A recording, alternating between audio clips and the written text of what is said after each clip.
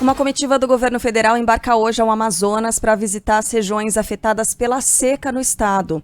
A determinação é do presidente Lula, envolve 11 ministérios e eles serão liderados por Geraldo Alckmin, vice-presidente. Ontem, por causa da estiagem, a Prefeitura de Manaus decidiu encerrar o ano letivo nas escolas localizadas em comunidades ribeirinhas. Por quê?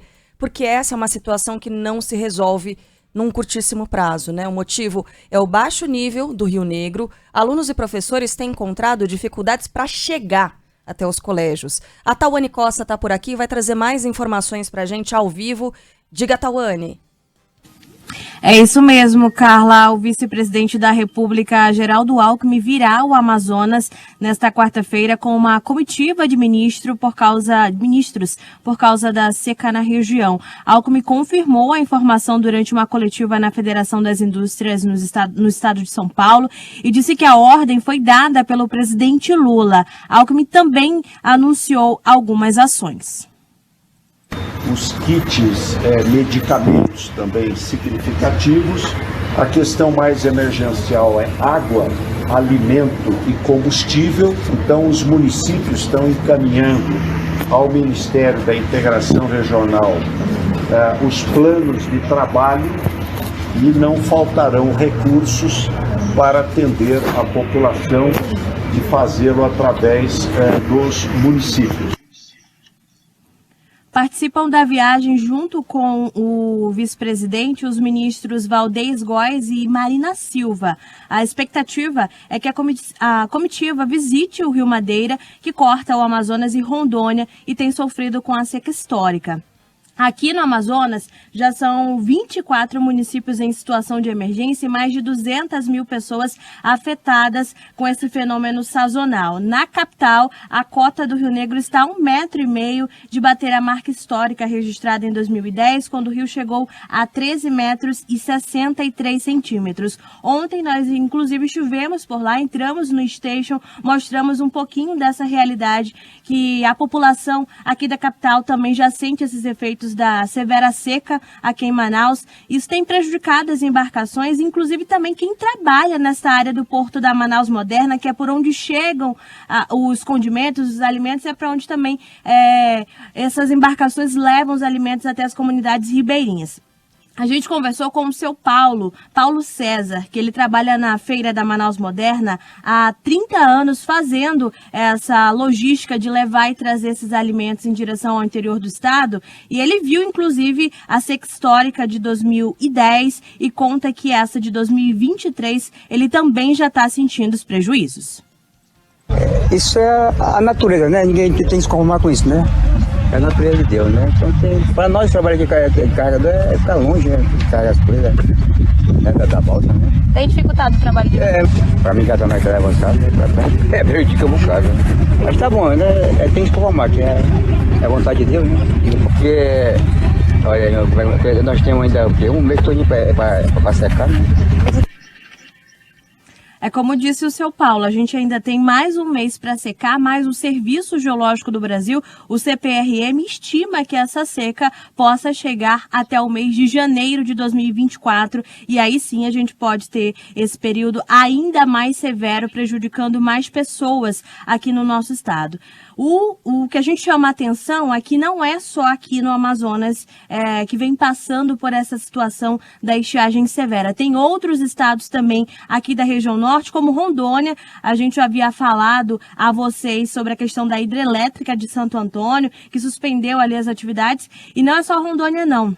No Rio Amônia, no Acre, também houve aquela questão da mortandade de peixes, como ocorreu aqui em Manaus, aqui no interior do Amazonas. E isso mostra pra gente essa realidade que é vista pela população e que a gente se assusta com tudo isso que vem acontecendo, né? Esse fenômeno da natureza. Eu confesso que sou ribeirinha do interior do Amazonas e não tenho memórias da seca de 2010, mas a de 2023 tenho certeza que digo a vocês que já está prejudicando muita gente, como a gente pôde ver no Porto da Manaus Moderna ontem. E olha que interessante te ouvir falando isso, né, Tawane? Você que vem de uma área ribeirinha e a gente sabe como essas áreas ribeirinhas, as comunidades ribeirinhas acabam sendo as mais afetadas com desabastecimento, são as que mais sofrem em momentos assim, seja, como a gente falou, com o encerramento do ano letivo mais cedo, seja por causa do risco de desabastecimento de combustível, de alimentos, de remédios. Agora é o seguinte, a gente sabe que essa é uma seca sazonal, só que nesse ano especificamente é importante que se diga, porque todo ano tem essa temporada de seca. Ontem um ouvinte escrevia para cá, mas não tem todo ano, mas essa aqui se aproxima já da seca histórica de 2010 e, como você disse, pode ser ainda pior. A gente vai ter de aguardar esse mês ainda. Esse mês ainda há a previsão, infelizmente, de que a situação se agrave, não é? Sheila, isso que você falou é muito importante com relação à questão da educação. A minha mãe, ela é professora e dá aula para essas crianças ribeirinhas. O meu avô é dono de embarcação e já está sentindo essa dificuldade para chegar até o porto da escola. As crianças estão tendo que caminhar quilômetros e essa embarcação já não encosta mais no porto da escola. Elas têm que andar bastante e isso está gerando uma dificuldade para todas as crianças dessa comunidade aqui no interior do Amazonas, que é onde eu moro, em Careiro da Várzea. Não é só lá, o governo do estado do Amazonas já informou, inclusive, que tem mais de 2.000 crianças sofrendo por causa dessa seca. Inclusive, vai adotar o sistema remoto para que essas crianças não percam aulas. Ô, Tawane, eu gosto de perguntas de ouvintes, porque os ouvintes perguntam o que eles querem saber, né? E é bacana que a gente responda, por mais que seja uma pergunta básica, assim. O Fernando, por exemplo, quer saber, uma pergunta, para onde foi essa água toda? A Tawane pode falar melhor que eu, mas eu imagino que parte tenha evaporado, parte tenha sido consumida, aquelas de reservatórios, e a maior parte tenha desaguado no Atlântico, ali na região do Marajó, não é isso?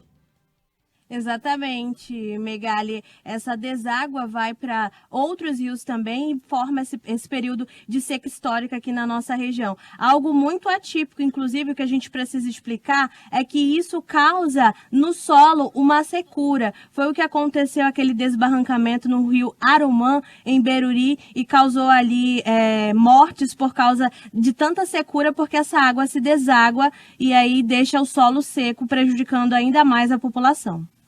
Você é ribeirinha de onde, Tawane? Município de Careiro da Várzea, a 64 quilômetros aqui da capital amazonense. Não moramos na cidade, na área mais urbana da cidade. Somos ribeirinhos mesmo, moramos em flutuantes, em cima da água. Inclusive, a casa da minha mãe também já está ficando ali, quase chegando ao solo, porque já tem pouca água. Você mora com a sua mãe até hoje? Não, moro aqui na capital Hoje amazonense, mas a gente né? está em contato todos os dias. Me manda imagens, inclusive, sobre essa realidade de todos os moradores lá da comunidade. É muito importante a gente ouvir o seu relato, viu, Tawane, da sua mãe também. Mande um abraço para ela e parabéns pela filha. E a gente segue acompanhando toda essa situação no norte do país. Um beijo para você, bom trabalho, até mais. Até mais. Bom, e tem gente, né, que diz, é uma realidade muito peculiar e muito localizada, poxa, a gente sente muito que isso esteja acontecendo com eles, mas e aí toca a vida, vai pra frente. Ontem nós falávamos aqui sobre essa seca histórica, né, no norte do país, e eu lembrava da Black Friday. Por quê?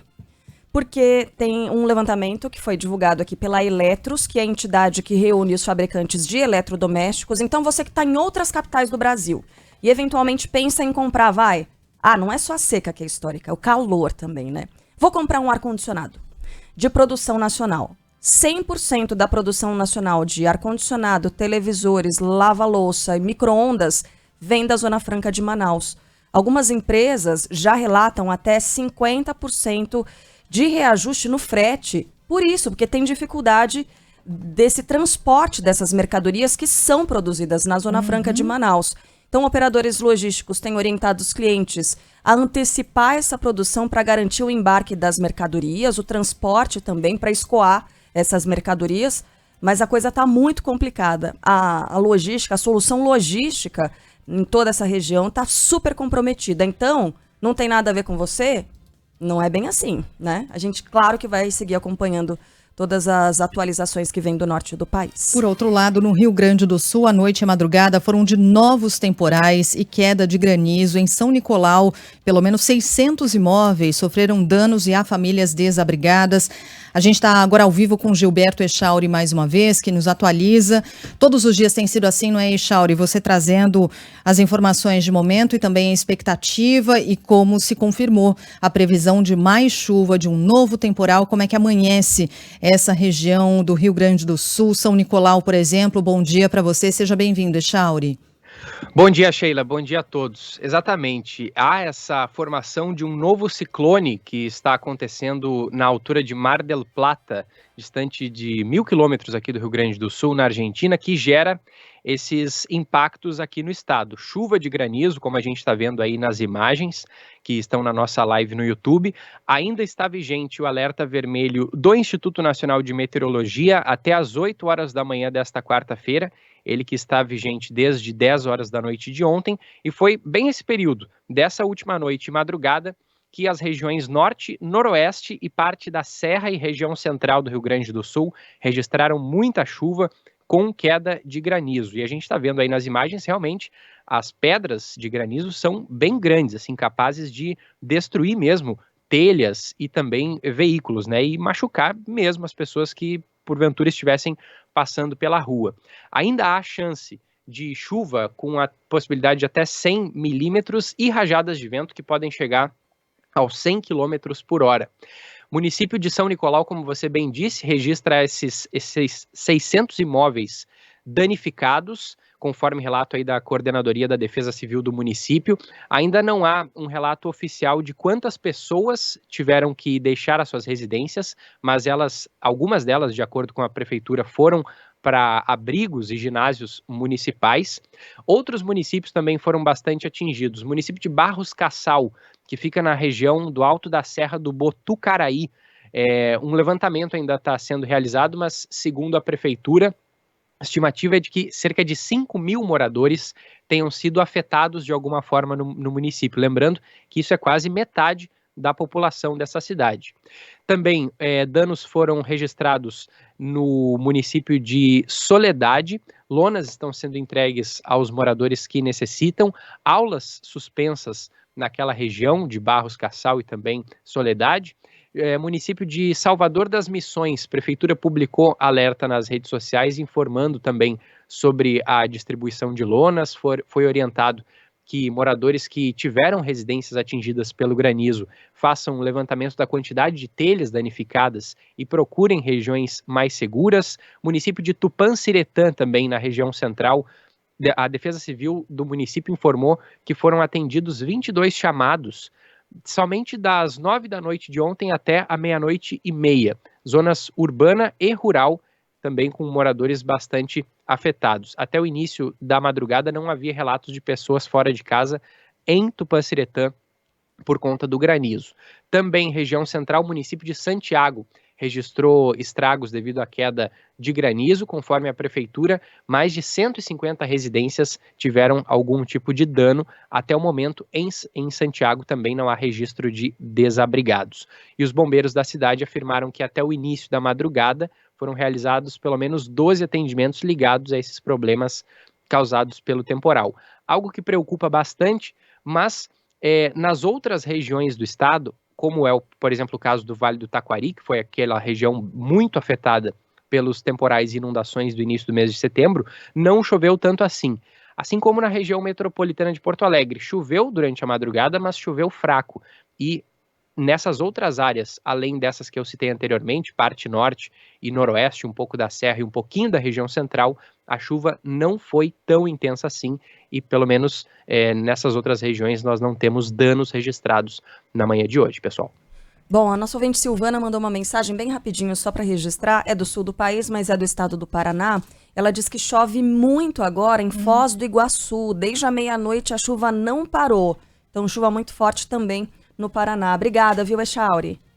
Abraço, até mais. Até mais. Até. Do sul para o sudeste, as linhas de trens e o metrô administradas pelo estado funcionam normalmente hoje em São Paulo, após a paralisação de funcionários que atingiu mais de 3 milhões de pessoas na capital paulista e região metropolitana. Ontem, em assembleia, no começo da noite, as duas categorias decidiram encerrar o movimento organizado em protesto contra a privatização dos serviços.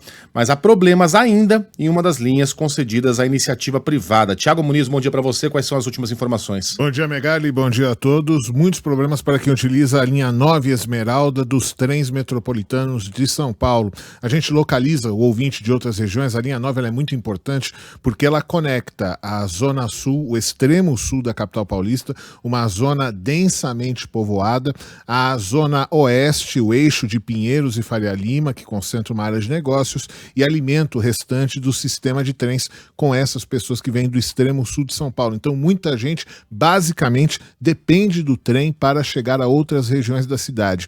E, neste momento, essas pessoas enfrentam severas dificuldades, estações lotadas, porque desde ontem, por volta das 2 da tarde, a operação da linha 9 está comprometida. Problemas no sistema elétrico. Neste momento, os técnicos da concessionária privada Via Mobilidade estão atuando com cerca de 70 funcionários. A operação está interrompida entre as estações Morumbi e Pinheiros, operação Paese funcionando no local, e entre as estações Morumbi e Cidade Universitária, o trem passa só por um dos trilhos, não pelo que vai, pelo que volta, como geralmente acontece. A linha 9 é uma das linhas concedidas pelo governo do estado à iniciativa privada. Então, até a tarde de ontem, era uma das 4 linhas que estavam abertas para a circulação do público, junto com as linhas 4 e 5 do metrô, além da linha 8 dos trens metropolitanos.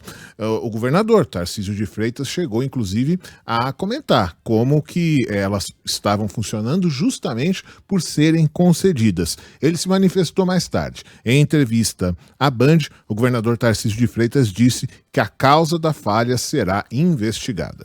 A falha da linha 9 agora vai ser apurada, gera um processo administrativo, tem o prazo para defesa prévia e, obviamente, vai ser objeto de uma sanção. Como nós já sancionamos essa linha em 150 milhões de reais. As linhas 8 e 9, que tinham uma programação de investimento de 3,9 bi, a gente hoje já tem uma programação de investimento de 4,5. Conversamos com a concessionária e já vimos que os 3,9 que estavam previstos no plano de negócio são absolutamente insuficientes.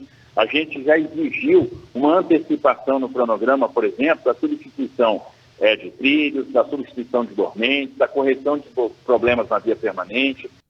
E a investigação, num primeiro momento, pode caminhar para a suspeita de vandalismo. O boletim de ocorrência foi registrado no 27º Distrito Policial da capital paulista. O crime de perigo de desastre ferroviário é um tipo específico do Código Penal. Uma pessoa, um representante da Via Mobilidade, que compareceu ao Distrito Policial, afirmou que foram observadas pedras e um tubo metálico no chão próximo ao trecho onde houve o rompimento dos cabos. Além disso, 5 gradis entre a pista da Marginal do Pinheiros e os trilhos estavam abertos. Então, há a investigação policial em andamento nesse sentido, além da manutenção. Mas o fato é que o passageiro é prejudicado na manhã de hoje. Estamos falando do que não funciona. O que funciona efetivamente, as demais linhas da CPTM, a linha 8 Diamante da Via Mobilidade, ou seja, todos os trens metropolitanos, com exceção da linha 9, funcionam e também todas as linhas do metrô estão abertas. A greve foi encerrada na Assembleia de ontem e os metroviários afastaram a possibilidade de realizar uma nova paralisação na semana que vem. Então, encerrada a greve, que foi tomada em razão da luta, da demanda dos funcionários de não haver a privatização e concessão das demais linhas.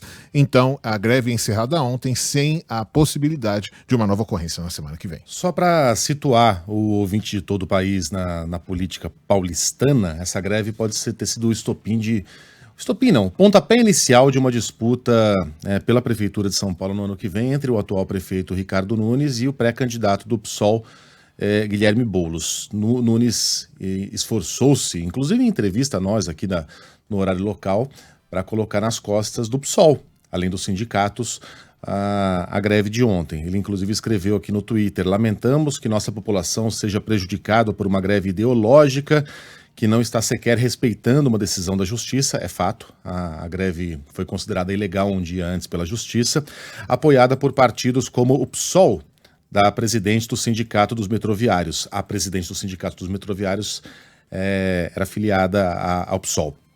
Não é à toa que ele colocou aqui o partido no tweet, porque é o partido do Guilherme Boulos, que é o principal adversário dele, que aliás está liderando as pesquisas, mas por pouco, nesse instante. E o Boulos, ele não chegou a apoiar a greve, não seria justo dizer que ele fez isso, mas ele colocou a responsabilidade pelo que aconteceu ontem nas costas do governo do estado. Escreveu: a intransigência do governo é a grande responsável pela greve de hoje no metrô /CPTM. Os trabalhadores propuseram em juízo liberar as catracas em vez da paralisação para não prejudicar os usuários. Isso é verdade também. O governo recorreu e a justiça não permitiu que as catracas fossem liberadas.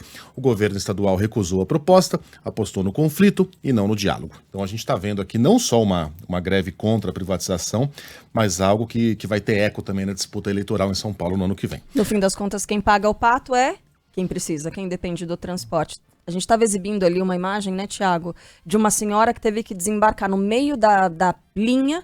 Não chegou até a estação, a composição, né, da CPTM onde ela estava. E aí essa senhora... Da Via Mobilidade, no caso. Da Via Mobilidade da linha 9, obrigada. E a senhora, ela teve que se utilizar da ajuda de 2 homens que estavam ali para conseguir descer, porque não tem escada.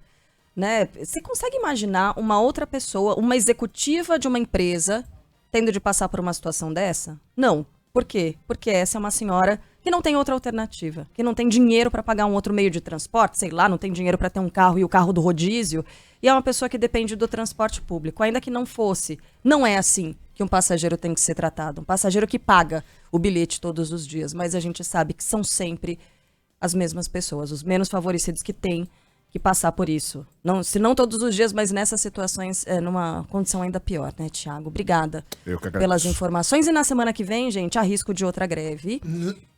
Perdão, Carla. Diga. Não dos metroviários. Não, já estamos entrando em outra aqui. Já mudamos de assunto. Perdão. Imagina. Pouco afoito. Desculpa. Imagina, obrigada. É importante ele dizer isso. Na semana que vem não tem mais assembleias marcadas sobre, né, dos metroviários ou enfim, dos funcionários do governo do estado de São Paulo. Era uma possibilidade, né? Era uma possibilidade, isso foi descartado ontem à noite. Por isso que o Tiago se adiantou em descartar essa hipótese. A outra greve, que pode acontecer na semana que vem, pode afetar as viagens de avião em boa parte do Brasil. Ontem, os controladores de voo ligados à Nave Brasil, que pedem reajuste salarial e melhoria nas condições de trabalho, decidiram fazer uma paralisação a partir da próxima segunda-feira. A categoria atua em aeroportos de Guarulhos, na Grande São Paulo, Viracopos, no interior do estado, Santos Dumont, no Rio de Janeiro, são só alguns dos exemplos onde eles estão, e o João Boeri vai trazer mais detalhes para a gente. Nesta terça-feira, os funcionários da estatal Nave Brasil decidiram que vão entrar em greve a partir da próxima segunda-feira. Mais de 64% da categoria dos trabalhadores na proteção ao voo do Brasil apoiaram a paralisação. Segundo o sindicato, foram 6 meses de negociações com o Ministério Público do Trabalho e a Procuradoria-Geral do Trabalho sem sucesso. Os principais pedidos da categoria são a recomposição salarial, melhorias nas condições do auxílio à saúde, benefícios adicionais e concursos. Na primeira semana, a paralisação será de 1 hora. Após o feriadão do dia 12 de outubro, a greve será estendida por mais 1 hora. E olha, ontem no aeroporto de Guarulhos teve uma manifestação, funcionários terceirizados fizeram esse protesto. Esse protesto impactou voos, sim, com muitos atrasos, as pessoas sem saber exatamente o que estava acontecendo, a gente foi descobrindo ao longo da manhã. E esses funcionários terceirizados podem sofrer punições por esse protesto realizado ontem, né, Roberta Russo? Bom dia, Rô. Bom dia, gente. O sindicato que representa as prestadoras de serviço auxiliares de transporte aéreo afirma que as empresas vão responsabilizar os funcionários que paralisaram as atividades ontem, afetando mais de 30 voos no Aeroporto Internacional de Guarulhos. A entidade classificou o movimento como ilegal, disse que o protesto se restringiu a alguns colaboradores. Um grupo de trabalhadores terceirizados, a gente mostrou aqui ontem, né, protestou contra a restrição do uso de celular em áreas de segurança do terminal. A medida foi adotada pela Receita Federal em meio às investigações sobre uma quadrilha que atuava no aeroporto para o envio de drogas ao exterior. O sindicato acrescentou que as empresas criaram canais de comunicação para o contato dos trabalhadores com familiares e pessoas mais próximas. A gente, hoje cedo, desde cedinho, desde a madrugada, vários ouvintes mandando mensagens perguntando: tem atraso? Como é que estão os voos? voos, como é que está o aeroporto hoje. De acordo com a Gru Airport, o aeroporto está funcionando normalmente, não há manifestação a princípio acontecendo nesta quarta-feira, mas a Latam recomenda que os clientes com voo doméstico de Guarulhos ou chegando em Guarulhos, em São Paulo, programados até amanhã, não se dirijam ao aeroporto de embarque antes de consultar o status do voo. Lá pelo site você consegue consultar esse status para ver se de fato está confirmado ou atrasado ou ainda se foi cancelado por causa do efeito cascata, né, dos atrasos e dos cancelamentos que aconteceram ontem. A gente conversou com um ouvinte no Band News São Paulo, o Arthur, que tinha o voo programado para as 8 da manhã para Vitória, ele conseguiu decolar depois das 11h40 da manhã, mas conseguiu viajar com bastante atraso. É muito atraso, é isso aí. Obrigada, viu, Rô? Valeu, até. gente. Bom, em frente, mesmo sem acordo, a CPMI dos atos de 8 de janeiro pode votar no dia 17 o relatório final. Ontem a comissão prometeu recorrer da decisão do ministro do STF, Nunes Marques, que suspendeu as quebras de sigilo do ex-diretor da Polícia Rodoviária Federal, Silvinei Vasques, que está preso. Eu quero entender quais foram os argumentos usados pelo Nunes Marques, meu caro João Pedro Melo, porque Silvinei está diretamente ligado à formação daqueles acampamentos que acabaram desaguando no que aconteceu no dia 8 de janeiro. Ora, o primeiro passo daqueles protestos antidemocráticos foi o fechamento das estradas, né? Em que a gente viu a Polícia Rodoviária Federal não só fazendo de conta que nada estava acontecendo, como confraternizando e muitas vezes protegendo aqueles golpistas que bloqueavam estradas. Foi só depois que apareceram os acampamentos. Então, as digitais do Silvinei estão lá no 8 de janeiro. Qual foi a argumentação do Nunes Marques para que esse sigilo, essa quebra de sigilo fosse levantada? Bom dia para você, JP. Oi, Megali, bom dia para você, para todo mundo que está nos acompanhando. Olha, o argumento de Nunes Marques para esse caso do Silvinei foi o seguinte, de que o pedido da CPMI por si só não se sustentava, que era um pedido que não tinha ali efeito legal. Isso foi o que disse Nunes Marques na decisão. E exatamente por isso o Senado disse que vai recorrer desse voto do Nunes Marques, que suspendeu essa quebra de sigilo do ex-diretor da Polícia Rodoviária Federal, o Silvinei Vasques. Ele concedeu esse mandado de segurança ontem em favor do ex-agente, que tinha sido preso diante das investigações relacionadas à CPMI. Nunes Marques alegou ainda o seguinte, que o pedido feito pela comissão não estava bem fundamentado, que essa questão poderia levar a uma violação de privacidade. Claro que a gente teve reações dentro da CPMI. A relatora do colegiado, a senadora Elisiane Gama, fez duros protestos ontem. Não é um recorte de alguma decisão, não é questionar alguma coisa que estivesse fora do escopo da CPMI. Ela anula por completo todo um processo de investigação que nós levamos aqui mês a fio. Aliás, de um ex-diretor, de uma das pessoas investigadas por esta comissão que foi presa de uma forma posterior pela Polícia Federal. Solicitar, pedir que o ministro Nunes Marques cumpra também um princípio constitucional, que é remeter essa decisão à turma ao pleno. Esse pedido, então, tinha sido de quebra de sigilo fiscal, bancário, telefônico e telemático, de Silvinei Vasques.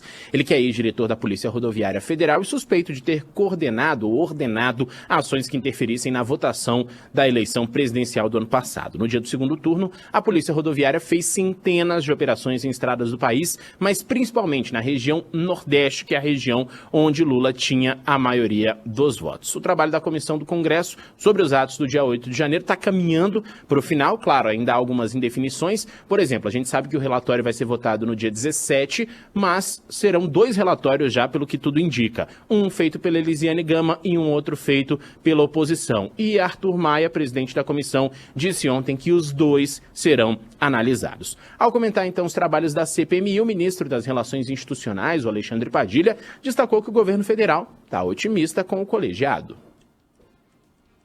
E a CPMI enterrou essa teoria terraplanista. Toda a tentativa da extrema-direita bolsonarista, que passou pano, ou defendeu, ou planejou, ou executou os atos golpistas do dia de janeiro, caiu por terra com a CPMI. Nós estamos com a expectativa que ela possa concluir o mais rápido possível. Eu acho que a senadora Elisiane Gama vai fazer um relatório muito robusto para indiciar aqueles responsáveis pelo planejamento e execução e o financiamento dos atos golpistas, e nós só vamos descansar, o ministro Flávio Dino da Justiça, o Judiciário, só vai descansar quando todos aqueles que planejaram, executaram ou financiaram os atos golpistas de Rio de Janeiro sejam devidamente punidos. A gente tem também aí um pequeno problema, né? A gente já não tem acordo na CPMI há algum tempo e ontem tivemos aí mais um desacordo, porque o pessoal do governo está defendendo a convocação de novo de Walter Braga Neto, candidato a vice na chapa de Bolsonaro, e a oposição defendendo a convocação de integrantes da Força Nacional, como o comandante de batalhão de pronto emprego Sandro Augusto Queiroz. Isso não teve nenhum acordo ainda, mas a expectativa é de que a CPMI ouça essas duas pessoas na última semana. Esse acordo está sendo costurado. A expectativa é de que amanhã sejam votadas, então, essas convocações. Mas tá difícil, viu, Megali? Valeu, JP. Bom trabalho. Um abração, até mais. Valeu. Deixa eu só trazer uma notícia rapidinha. Daqui a pouquinho a gente vai voltar a Brasília para conversar com o Orengo, né? A mini reforma eleitoral, da qual a gente tem falado tanto, né? Não vai valer para a eleição do ano que vem. O Senado decidiu adiar a votação. Então, as regras previstas nos textos, que passaram, né, voando na Câmara dos Deputados, não estarão em vigor no ano que vem. Para que isso acontecesse, o texto precisaria da assinatura do presidente até depois de amanhã, ou seja, um ano antes da eleição. Isso não vai acontecer. Dessa vez foi engavetado o projeto, mas eterna vigilância, porque ele vai ser retirado da gaveta em breve pelos congressistas, pode ter certeza. Agora, nas páginas policiais, a polícia de Goiás investiga o caso da fisioterapeuta encontrada com as mãos e os pés amarrados depois de ser arremessada de um carro que capotou na região de Rio Verde. Ontem, o motorista do veículo confessou o crime e disse ter assassinado a vítima depois de estuprá-la e furtar a casa dela. Informação chegando ao vivo de Goiânia dessa história escabrosa com o Leonardo Calazêncio. Diga, Leonardo. Bom dia, Carla. Bom dia, Sheila, Megali, aos ouvintes da Band News FM. É isso mesmo, Carla. Após ser interrogado por várias horas e confrontado também com provas, Jefferson Erivaldo da Silva Nascimento assumiu a autoria do crime e confessou ter matado a fisioterapeuta Larissa Araújo, de 25 anos. O corpo dela foi encontrado e identificado pelas digitais nesta segunda-feira, enrolado em um lençol com as mãos e os pés amarrados, após o carro em que ela era transportada capotar no município de Rio Verde, na região sudoeste de Goiás. O delegado que investigou o caso afirmou também que Jefferson, que é usuário de drogas, planejava ocultar o corpo da vítima a fim de evitar ser preso.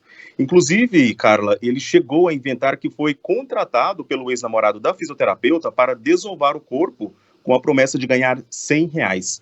O delegado Caio Martinez diz que o ex-namorado, apontado por Jefferson como mandante do crime, chegou a ser encaminhado à delegacia, mas foi comprovado que ele não tinha participação no crime. Vamos escutar um trecho da fala do delegado, Carla.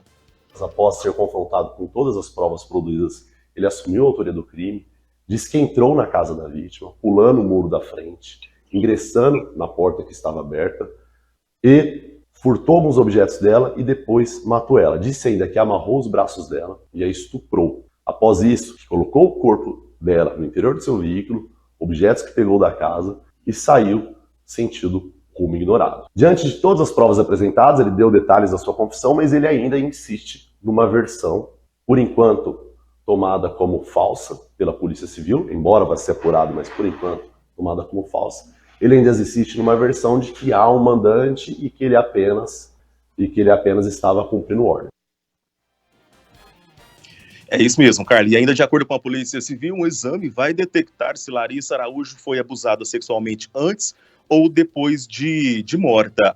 No caso, o suspeito, Jefferson, ele é natural de Rio Grande do Sul e possui uma vasta passagem por crimes envolvendo furto e roubo.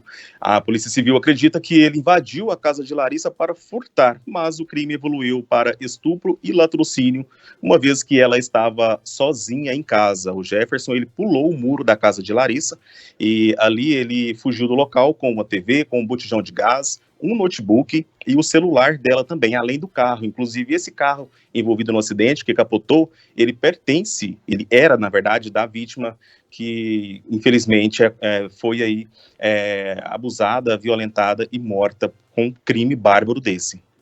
Terrível, uma história toda terrível, né?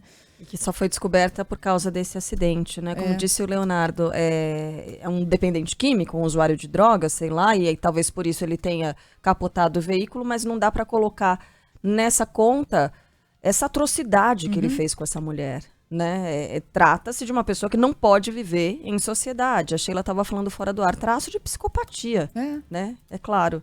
Leonardo, obrigada, viu, pelas informações. Bom trabalho por aí. Até mais, abraço. Até. Bem, o ministro da Justiça e Segurança Pública, Flávio Dino, viaja hoje para a Bahia para discutir medidas de combate à onda de violência que tem assustado tanto a população de Salvador, da região metropolitana. Ontem, a Polícia Federal, inclusive, prendeu um suspeito de comandar uma das principais facções criminosas que atuam no estado, conhecido como Caboclinho. Jackson Antônio de Jesus Costa também estaria envolvido naquele assassinato de um agente da Polícia Federal no dia 15 de setembro. Quem está conosco também ao vivo, direto de Salvador, é Paloma Moraes. Bom dia para você, Paloma, seja bem-vinda. Bom dia, Sheila. Isso mesmo, né? Caboclinho, ele foi encontrado ontem, né, em Brasília. Ele teria justamente envolvimento nesse confronto que resultou na morte do policial federal Lucas Caribé no dia 15 de setembro aqui em Salvador. Desde a morte desse agente, pelo menos 15 suspeitos de envolvimento nesse caso foram mortos em confronto com a polícia. Outras 4 pessoas, incluindo o Caboclinho, foram presas. Em meio a essa onda de violência, Sheila, como você falou, o ministro da Justiça e Segurança Pública, Flávio Dino, vai cumprir essa agenda aqui amanhã em Salvador. O governador Jerônimo Rodrigues, inclusive, falou a respeito disso, né, que o ministro deve detalhar, né, esse plano, as ações do Programa Nacional de Enfrentamento às Organizações Criminosas aqui no estado, que foi anunciado essa semana. Ele falou um pouquinho sobre o que é esperado em relação a essas ações. Vamos escutar agora o governador Jerônimo Rodrigues. Nós estabelecemos um pacto e dentro desse pacto nós fortalecemos uma ação que é a defesa das fronteiras nossas. Travar a entrada e saída de drogas, de armas e criminosos. Flávio Dino vai estar aqui no dia 5 e aí nós faremos uma reunião e anunciaremos esse pacote de ações aqui para a Bahia.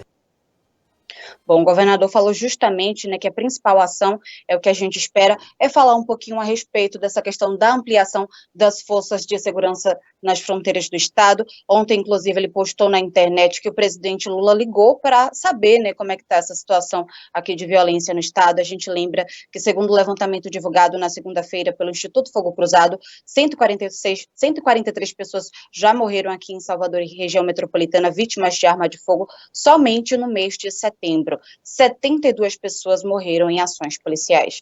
Volto com vocês, Carla, Sheila, Megali. Obrigada, viu, Paloma? A gente segue acompanhando muito de perto a situação e vai acompanhar, é claro, essa viagem do ministro Flávio Dino.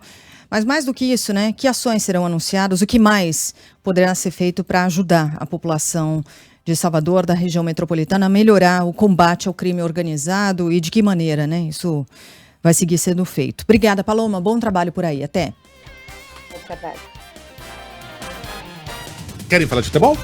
Querer, né? Mas tem que. Querer. Fortaleza bateu o Corinthians por 2-0. Mas você esperava o quê? Numa boa. Fortaleza entrou como favorito já. Entrou, casa, e com o apoio da torcida em peso, né? E aí depois que eu vi um lance ali do lançamento do Renato Augusto pro Yuri Alberto, no única possibilidade do Corinthians, o Yuri Alberto chutando exatamente no goleiro. Yuri Alberto. Vou dormir. O Yuri Alberto esqueceu como é que faz gol? Ele teve um começo tão auspicioso. Bom, enfim. Crise de segurança, crise né, de confiança, né? Isso aí. Não recupera, não faz gol. Pô, confiança em jogador de futebol é quase tudo. Bom, 2-0, Fortaleza tornou-se o primeiro clube do Nordeste a disputar uma final da Copa Sul-Americana. E quem tem mais informações, histórico. E olha que vai levar, hein? Mais informações com Yuri Queiroga. O Fortaleza faz história na Copa Sul-Americana e ao vencer o Corinthians por 2-0 na Arena Castelão, se classifica para a final pela primeira vez em uma competição continental. Iago Pikachu e Tinga, ambos no segundo tempo, marcaram os gols da classificação tricolor. O feito desta terça-feira consolida o trabalho de Juan Pablo Vojvoda, o segundo mais longevo entre os clubes da Série A do futebol brasileiro, atrás apenas de Abel Ferreira, do Palmeiras. Conseguimos muitas coisas importante para o crescimento do clube, mas eu tenho muito claro que não posso conseguir todo solo. Eu necessito um time de trás, necessito jogadores com compromisso, necessito diretoria, necessito torcedores, necessitamos um Castelao cheio, então eu sou uma parte mais, não mais importante. O Thiago Rossi lembra aqui que já houve um time nordestino em uma final continental, mas não da Sul-Americana. Foi da Copa Conmebol, em 1999, quando o CSA disputou a finalíssima. Na Sul-Americana é algo inédito. Bom, Fortaleza agora aguarda o vencedor do jogo entre Defensa e Justicia da Argentina e LDU do Equador, que se enfrentam hoje para saber quem pega na final. A equipe equatoriana venceu o jogo de ida em Quito por 3-0, mas ali tem altitude, não seria um absurdo se os argentinos conseguissem reverter o placar. Mas por enquanto está mais para a LDU. Do lado do Corinthians, depois da partida, torcedores protestaram contra a equipe, não como fez a Sheila, não foram dormir. Eles protestaram principalmente contra o horário. Né? Chorar na cama, né? Sheila exerceu a resistência pacífica na cama. Isso, fez greve de fome, né? Por umas 6 horas. Foi um terror. Pelo período que ela estava dormindo. Exatamente. Principalmente contra o presidente Duílio Monteiro Alves na chegada do time ao hotel em Fortaleza. Imagens mostram que um deles chegou a pular a grade, precisou ser contido por seguranças. A PM também usou spray de pimenta para acalmar os ânimos, digamos assim. Minutos depois, o próprio Duílio e o gerente de futebol do Timão, Alessandro, conversaram com o grupo e foram bastante cobrados. Logo após a partida, o técnico Mano Menezes, que acabou de chegar ao Corinthians, lamentou a derrota e disse que a equipe passou por muitas mudanças nos últimos meses. A gente precisa ter cuidado na avaliação para com os atletas, porque não é fácil você passar por tantas ideias diferentes num curto espaço de tempo e isso funcionar bem. Então o que eu quero dar a eles é uma ideia simples, segura, para que eles se sintam seguros e capazes de executar ela. Não vai poder ser uma coisa muito complexa no primeiro momento, porque certamente eles não terão condição de fazer num curto espaço de tempo, mesmo com a capacidade que têm. Mas eu tenho certeza que eles vão conseguir. Bem, e hoje tem Inter e Fluminense na briga por uma vaga na final da Libertadores. Conta tudo, Aline Fanelli. O primeiro finalista da Libertadores de 2023 vai ser conhecido na noite de hoje. Internacional e Fluminense voltam a se enfrentar, desta vez no Beira-Rio e sem vantagem. Os clubes empataram por 2-2 no confronto do Maracanã na semana passada, com Samuel Xavier expulso ainda no primeiro tempo do lado do tricolor. O Colorado conquistou a competição em 2 oportunidades, em 2006 e 2010, enquanto o Fluminense busca o título inédito. Amanhã, às 9h30 da noite, Palmeiras e Boca Juniors vão definir a outra vaga no Allianz Parque. A final da Libertadores de 2023 está marcada para o dia 4 de novembro no Maracanã. Confronto entre Inter e Fluminense com transmissão da Band News FM a partir das 9h40 da noite. Daqui a pouco, inclusive, você ouve mais sobre essa vitória histórica do Fortaleza sobre o Corinthians e mais sobre o jogo de hoje, expectativa para o jogo de hoje pela Libertadores. No Rio de Janeiro, o líder do Brasileirão, Botafogo, busca um novo técnico após a demissão de Bruno Lage. Fernanda Caldas. O ex-jogador Lúcio Flávio vai assumir interinamente o comando do Botafogo após a demissão do técnico português Bruno Lage. O ex-zagueiro Joel Carli será o assistente técnico. A informação foi divulgada pelo clube através das redes sociais na noite desta terça-feira. Desde o empate contra o Goiás no domingo, torcedores do Alvinegro voltaram a se manifestar contra o agora ex-técnico Bruno Lage. Ele chegou a ser vaiado e uma faixa pedindo a saída do treinador foi colocada em um dos portões do estádio Newton Santos, na zona norte do Rio. Só uma correção rápida, eu convidei aqui os nossos ouvintes a acompanharem nossa transmissão. O jogo começa às 9h40, mas a nossa transmissão começa já bem antes,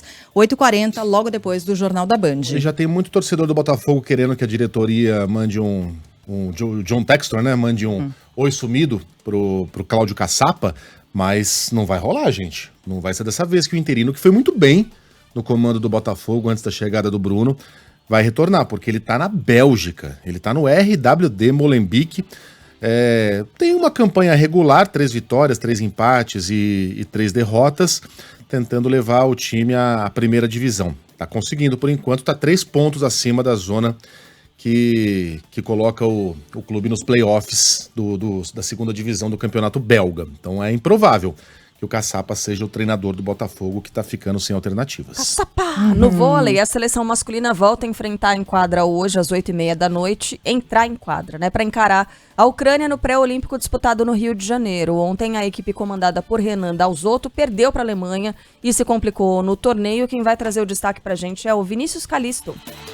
A seleção brasileira de vôlei masculino foi derrotada pela Alemanha por 3-1 no ginásio do Maracanãzinho, no Rio de Janeiro, pela disputa do pré-olímpico dos Jogos de Paris 2024. A equipe comandada por Renan Dalzotto chegou a vencer o primeiro set, mas a Alemanha conseguiu virar o jogo. Com a derrota, o Brasil caiu para o 4º lugar na sua chave da competição e está atrás da Alemanha, líder na tabela, Itália e Cuba. O pré-olímpico só classifica as 2 melhores seleções de cada chave para as Olimpíadas. O Sheila tem que ganhar todos agora, né? Todos os jogos, todas as partidas a partir de agora, para conseguir ficar entre os 2 primeiros do seu grupo, para então conseguir a classificação para a Olimpíada em Paris. Quais são os próximos jogos? Esse Brasil e Ucrânia, mas depois tem Brasil e Cuba, Brasil e Irã e Brasil e Itália. Esses são os próximos jogos. Os 2 últimos aí são cascudos, Precisa vencer. Agora, se não se classificar desse jeito, tem ainda uma outra possibilidade, que é se classificar pelo ranking, né? Então essa seria uma classificação antecipada, mas pelo ranking ainda tem chance, e aí são levadas em considerações os desempenhos e tal, tem outros critérios, e aí possivelmente o Brasil consegue se classificar desse jeito, né? Deixa eu só registrar aqui que saiu o Nobel de Química. Não era física? Física? Física foi ontem. Verdade. Foi ontem. Verdade. Vazou, né, a história do Nobel de Química. Pois é, rapaz, um mini escândalo no Nobel. Tá cada vez mais down na High Society. Mas ele foi para 3 pesquisadores, o francês Monge Bavendi, o americano Louis Bru e o russo Alexei Ekimov. Eles ganharam o prêmio por suas pesquisas sobre nanopartículas, prêmio concedido pela descoberta e desenvolvimento de pontos quânticos, partículas tão pequenas que o seu tamanho determina as suas propriedades. Químicos são bem-vindos a nos explicar exatamente o que significa isso. Vão dividir o prêmio de 5 milhões de reais, um pouquinho mais, né? O dólar subiu bastante ontem, foi para 5,15. E aí vazou 4 horas antes o nome dos 3 para a imprensa, algo raríssimo, difícil de acontecer. E, enfim, não mudou nada o prêmio do... O Pablo tá olhando pra você e tá fazendo assim, ó, não entendo o que ele tá querendo dizer. Mandou alguma coisa aí. Agora, gente, nanocoisas, né? Ontem também era uma coisa de quebrar as ondas de... Negócio de quebrar onda, Negócio de quebrar onda de luz, né? Ontem a descoberta... Ontem era o RNA mensageiro. Não. Esse foi de medicina. Ontem foi de física. Foi na segunda, né? Ontem foi de física, ele tava falando do mundo dos elétrons, lembra? E aí tava quebrando as ondas de luz. Agora a gente tá falando de nanopartículas. Quer dizer, então, que o universo, ele é infinito pra frente e infinito pra trás? Você pode quebrar coisas e isso nunca vai chegar no fim? Pode ser, né? Posso quebrar sua cabeça? Não, Nazaré Tedesco, assim. Para o nosso ouvinte, rapidinho. Vai ter um cabeção aqui que a gente rapidinho, pode... Eu vou fazer essa pergunta, aí a gente vai para o Milton, mas é só uma pergunta. Imagine que você, a cada segundo, você está a 1 metro de uma parede. A cada segundo, você diminui essa distância pela metade. Então, você vai dar um passo e vai ficar a meio metro. Depois de outro segundo, você vai dar um passo, vai ficar a 25 centímetros. Mais um passo, 12,5. Você vai estar se mexendo o tempo todo, eternamente, para todo sempre, mas jamais vai chegar de fato à parede. Então. Pense nisso. Pense nisso.